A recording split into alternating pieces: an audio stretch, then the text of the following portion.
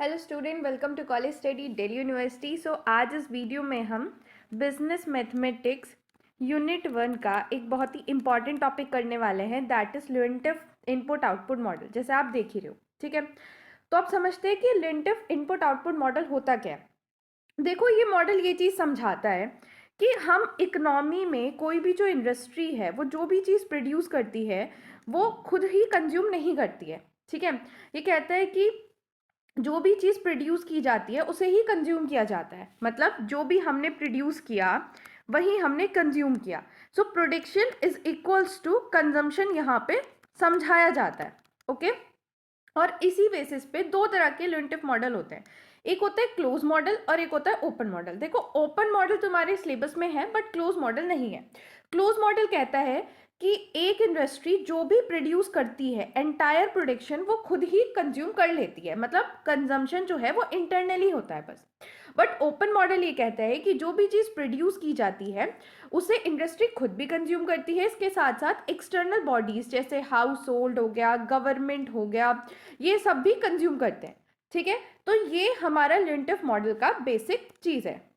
देखो, आप समझते हैं हमारा ओपन मॉडल, क्योंकि तुम्हारे सिलेबस में सिर्फ ओपन मॉडल आने वाला है तो हमें सिर्फ ओपन मॉडल पढ़ना है, ओके।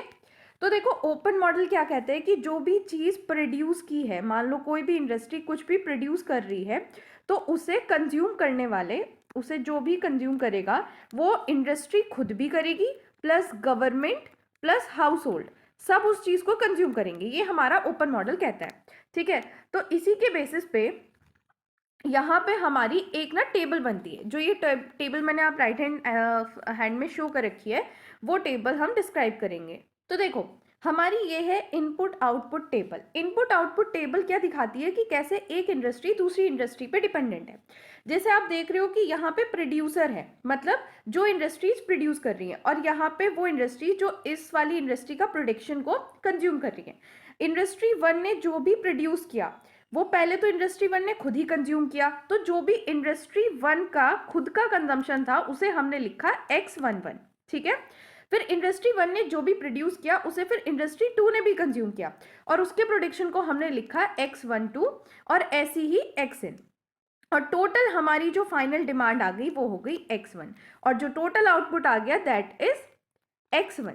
इस तरीके से हमने इसे शो किया। वैसे ही अगर हम इंडस्ट्री 2 को देखें तो इंडस्ट्री 2 ने जो भी प्रोड्यूस किया वो अगर इंडस्ट्री 1 ने उसका जितना भी कंज्यूम किया, मान लो इंडस्ट्री 2 ने जितना प्रोड्यूस करा है उसमें से जितना इंडस्ट्री 1 ने कंज्यूम किया है उसे हम लिखते हैं X21, ठीक है। ये नंबर्स पे ध्यान देना, X21, और जो उसने खुद नहीं कंज्यूम करा है दैट इज X22, ठीक है। इस तरीके से हम इसे शो करते हैं। तो हमारे जो कॉलम्स होते हैं, सॉरी, हमारी जो ये रोज होती है ये बताती हैं कंजम्पशन को, और ये जो हमारा कॉलम जो है ना वो ये बता रहा है कि X1 आउटपुट को प्रोड्यूस करने में इंडस्ट्री 1 ने कितना कंजम्पशन करा है डिफरेंट इंडस्ट्रीज का, कि अपना खुद का तो इतना कंजम्पशन है, दूसरी इंडस्ट्री का इतना है, इस तरीके से, ठीक है। तो ये हमारी पूरी इनपुट आउटपुट टेबल होती है और इसी बेसिस पे मतलब हमारा जो क्वेश्चन आता है वो इनपुट आउटपुट टेबल के फॉर्म में ही आता है और फिर हमें उसे सॉल्व करना होता है। तो चलो अब आगे की चीज़ें समझते हैं। हमें ना सॉल्यूशन निकालने के लिए ये जो हमारा इनपुट आउटपुट मॉडल होता है ना, इसको एक मैट्रिक्स के फॉर्म में लिखना होता है जिसे हम टेक्नोलॉजी या फिर कोफिशिएंट मैट्रिक्स कहते हैं। जैसे तुम यहाँ देख सकते हो दैट इज टेक्नोलॉजी या फिर कोफिशिएंट मैट्रिक्स। तो इसमें हमारे जो ये कोफिशिएंट होते हैं ना, ये सारी जो वैल्यूज होती है, ये जो वैल्यूज होती है जो इसके अंदर लिखी जाती है वो हम एक रेशोज की फॉर्म में फाइंड करते हैं। अब ये रेशोज क्या होते हैं? ये रेशोज ना हमें ये बताते हैं कि एक इंडस्ट्री, मान लो इंडस्ट्री 1 है, इंडस्ट्री 1 ने अपनी एक यूनिट प्रोड्यूस करने में कितना इनपुट लिया है दूसरी इंडस्ट्रीज से। मान लो अपना खुद का उसका जो रिक्वायरमेंट है वो इतना है, कितना खुद का रिक्वायरमेंट उसका X11 अपॉन X1 है, क्योंकि टोटल उसने अपनी जो यूनिट प्रोड्यूस करी है वो X1 करी है, ठीक है। और कितना इनपुट उसने लिया है, अपना कितना आउटपुट कंज्यूम किया है दैट इज X11। तो हम एक यूनिट प्रोड्यूस करने में उसने अपना खुद का आउटपुट कितना यूज किया होगा, X11 अपॉन X1। उसी तरीके से अगर हम देखें कि उसने दूसरी इंडस्ट्रीज का कितना यूज किया है, कितना आउटपुट यूज किया है, तो सेकेंड इंडस्ट्रीज का X21 अपॉन X1। तो यही सारी चीज़ों से हमें पता चलता है कि एक यूनिट प्रोड्यूस करने में इंडस्ट्री 1 ने कितना आउटपुट कंज्यूम किया है अपना, इवन दूसरी इंडस्ट्रीज का। तो इस चीज़ को हम ना इस तरीके से रिप्रेजेंट करते हैं और इसके बाद हम ये मैट्रिक्स बनाते हैं जिसे कहते हैं हम टेक्नोलॉजी या इनपुट आउटपुट कोएफिशिएंट मैट्रिक्स। ठीक है, इसे और इसके अंदर जो भी कोएफिशिएंट होता है, ये जो हमने कोएफिशिएंट निकाले हैं, मतलब दिस इक्वल्स टू AIJ, ये जो हमने कोएफिशिएंट निकाले हैं ना, इन्हें कहा जाता है इनपुट आउटपुट कोएफिशिएंट या फिर टेक्नोलॉजी कोएफिशिएंट। ठीक है, और जो वैल्यूज हमें फाइंड करनी होती है, जो हमें आउटपुट फाइंड करना होता है, वो हमारा x के थ्रू शो होता है, और जो हमारी टोटल डिमांड होती है वो हमारी ऐसे D1 D2 D3 D वाली मैट्रिक्स में शो होती है। मैम कुछ भी समझ नहीं आ रहा? हाँ देखो, अभी मैं क्वेश्चन कराऊंगी, तुम्हें समझ आएगा, अभी तुम बस बेसिक थोड़ा दिमाग में रख लो, उसके बाद जब हम क्वेश्चन करेंगे ना तब तुम्हें प्रॉपर समझ आएगा कि मैं क्या बात तुम्हें बताने की कोशिश कर रही हूँ। और ये जो टर्म्स होती है मैट्रिक्स नोटेशन की, इसे हम ऐसे लिखते हैं AX plus D is equals to X. तो इसको जब हम लिखेंगे, मतलब प्रॉपर x की वैल्यू एक साथ लेंगे, तो ये हमारा बन जाता है 1 minus A x is equals to D। अब आप पूछोगे कि मैम ये I क्या है, तो दिस इज ये वाली चीज, इसको ना हम ऐसे शो कर सकते हैं, दैट इनवर्स यहाँ पे आइडेंटिटी मैट्रिक्स, आई मतलब आइडेंटिटी मैट्रिक्स, जिसे हम इस तरीके से लिखते हैं 1 0 0 1। और अगर 3/3 की होगी तो और ज्यादा हम इसे कर देंगे, मतलब डायगोनल एलिमेंट 1 होते हैं, बाकी सारी चीजें 0 होती है। ठीक है, और ये जो चीज होती है हमारी I माइनस A, इसे हम कहते हैं लीएंटिफ मैट्रिक्स। ये वाली चीज होती है हमारी लीएंटिफ मैट्रिसेस। अब क्या होता है कि सिर्फ सॉल्यूशन फाइंड कर लेने से या फिर ये कर लेने से हम ये नहीं कह सकते कि हमारा जो आंसर आएगा, मतलब जो हमारा x आएगा वो पॉजिटिव आएगा, वो नेगेटिव भी आ सकता है। तो ये चीज़ इंश्योर करने के लिए कि वो हमारा पॉजिटिव आए, उस चीज़ के लिए हमारे पास एक और चीज़ है, मतलब दैट इज हॉकिंस-साइमन कंडीशन। देखो हमारी हॉकिंस-साइमन कंडीशन क्या कहती है, हमारी हॉकिंस-साइमन कंडीशन ये कहती है, दो कंडीशन है हॉकिंस-साइमन में, फर्स्ट ये, सेकंड ये। पहली कंडीशन है कि जो हमारा I माइनस A होगा, ये जो हमारी लीएंटिफ मैट्रिक्स का डिटर्मिनेंट होगा, वो हमारा पॉजिटिव होना चाहिए। जब मैंने तुम्हें पहला सॉल्यूशंस कराए थे तब भी मैंने तुम्हें बताया था कि डिटर्मिनेंट हम हमेशा चेक करते हैं कि पॉजिटिव है या नहीं, और उसके बाद ही हम सॉल्यूशन निकालते हैं। तो ऐसे ही हम लीएंटिफ मैट्रिक्स को चेक करेंगे कि लीएंटिफ मैट्रिक्स का जो डिटर्मिनेंट है वो पॉजिटिव है या नहीं। और दूसरी कंडीशन क्या है कि जो डायगोनल एलिमेंट्स होंगे, identity matrix minus the diagonal elements, ये सारे पॉजिटिव होने चाहिए। इसका मतलब क्या है कि A11 A22 ये जितने भी डायगोनल एलिमेंट हैं ये लेस देन 1 होने चाहिए। अगर ये लेस देन 1 होंगे तभी तो I माइनस डायगोनल एलिमेंट हमारा पॉजिटिव आएगा।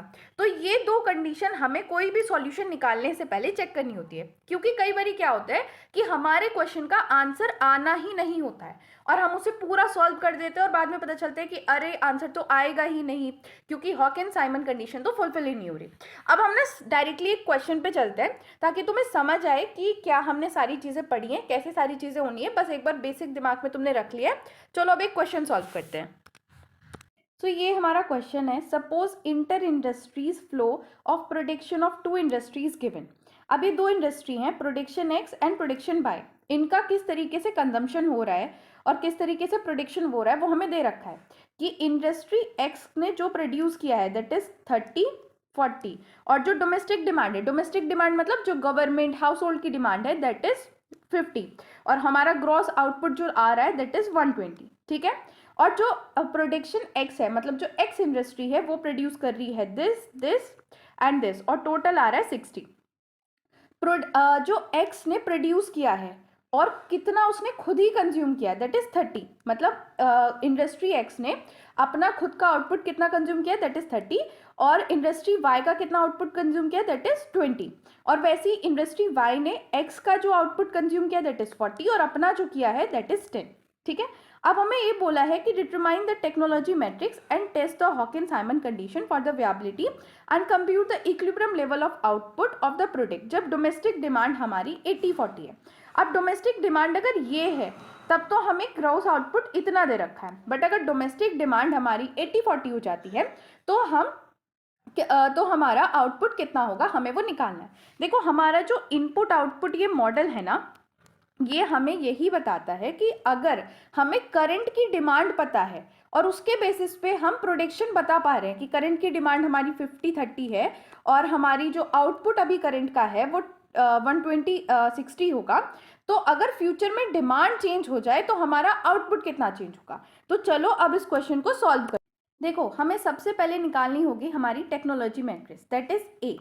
और ए मैट्रिक्स हमारी कैसे निकलती है, मैंने अभी आपको बताया कि ए मैट्रिक्स के जो कॉफिशिएंट होते हैं, अगर हमें A11 निकालना है तो हमें क्या करना पड़ेगा, X11 divide by X1। X11 क्या होता है कि जो X प्रोडक्शन है X की, वो उसने खुद कितनी कंज्यूम करी, ठीक है, डिवाइडेड बाय जो टोटल उसका आउटपुट है। तो हमें क्या करना होगा, हमें करना होगा 30 डिवाइड बाय 120। वैसे ही हमारा जो 40 है वो हमने लिख लिया, और 40 जो Y है उसकी टोटल प्रोडक्शन कितनी है 60, तो उसको हम डिवाइड कर देंगे 60 से। ऐसी x का जो दूसरा आउटपुट है that is 20 divide by 120 and same with 10 divide by 60। अब फिर से अगर तुम्हें नहीं समझ आया तो मैं बता दूं कि किस तरीके से इसके आउटपुट हम निकालते हैं। तो देखो, x के जो टोटल प्रोडक्शन है वो हम देख लेते हैं, ठीक है।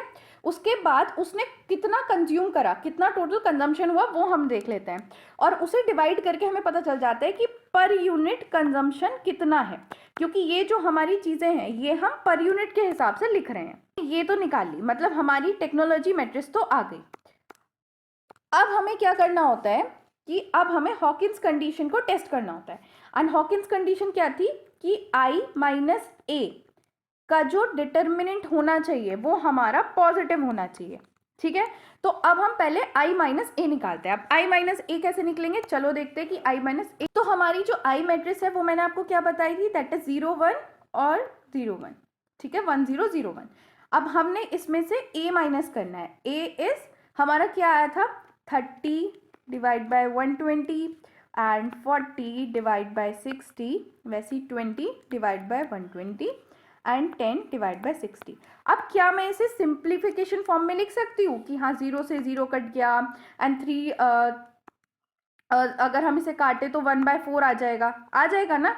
इसी तरीके से अगर इस मैट्रिक्स को मैं सिंप्लीफाई करके लिखूँ तो देखो क्या आएगा। तो अब मैं इसे पूरा सिंप्लीफाई फॉर्म में लिख रही हूँ और मैं ये बोल रही हूँ कि मेरे साथ साथ क्वेश्चन सॉल्व करो ताकि तुम्हें भी समझ आए कि कैसे चीज़ें हो रही।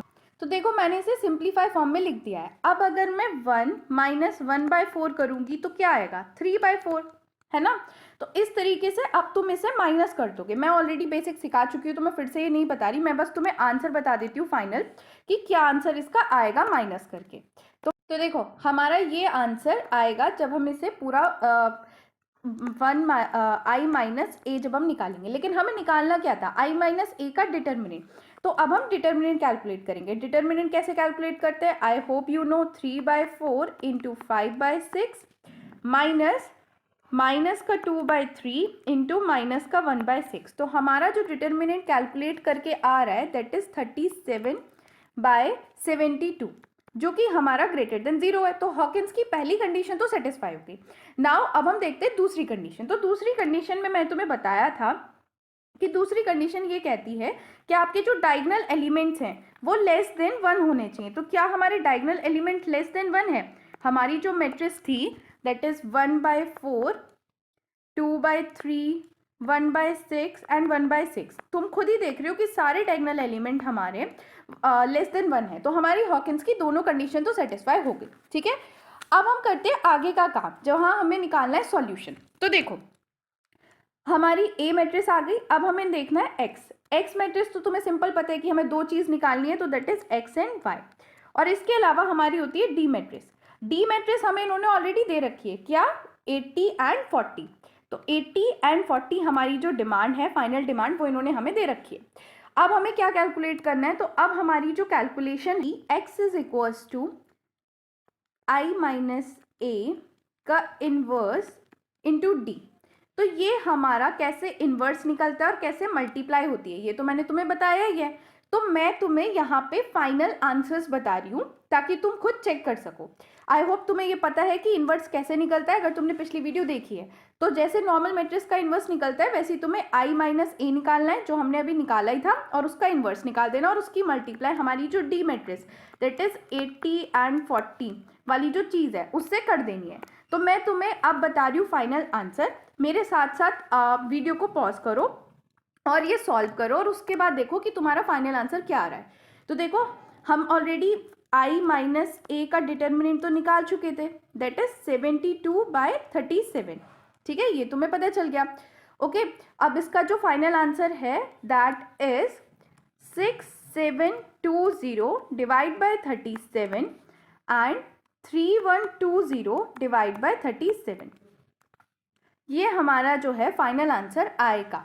ठीक है, तो equilibrium level of output of product is this and this unit, मतलब x की इतनी यूनिट एंड y की इतनी यूनिट हमें प्रोड्यूस करनी होगी अगर हमारी फाइनल डिमांड जो है वो 50-30 से 80-40 हो जाती है। आई होप तुम्हें समझ आ गया। The process is very simple, only you need to do 2-3 questions, definitely you will learn about it. इसी के साथ आपका जो यूनिट फर्स्ट है ऑफ द बिजनेस मैथमेटिक्स वो कंप्लीट होता है और अब मैं आपका यूनिट सेकंड शुरू कर दूंगी नेक्स्ट वीडियो से और जल्दी नेक्स्ट वीडियो आएगी। सो थैंक्स फॉर वॉचिंग और जितने हो सके क्वेश्चंस की प्रैक्टिस करो। कोई डाउट आ रहा है you can ask in a comment section. और इस मैं ऑलरेडी बता चुकी हूँ कि मैं जेके ठकुराल जो बुक है उसको फॉलो करती हूँ। अगर आपके पास वो बुक नहीं है तो उसकी पीडीएफ आपको टेलीग्राम चैनल पे मिल जाएगी, टेलीग्राम चैनल को ज्वाइन कर लो। Thanks for watching. वीडियो को लाइक करो, चैनल को सब्सक्राइब करो।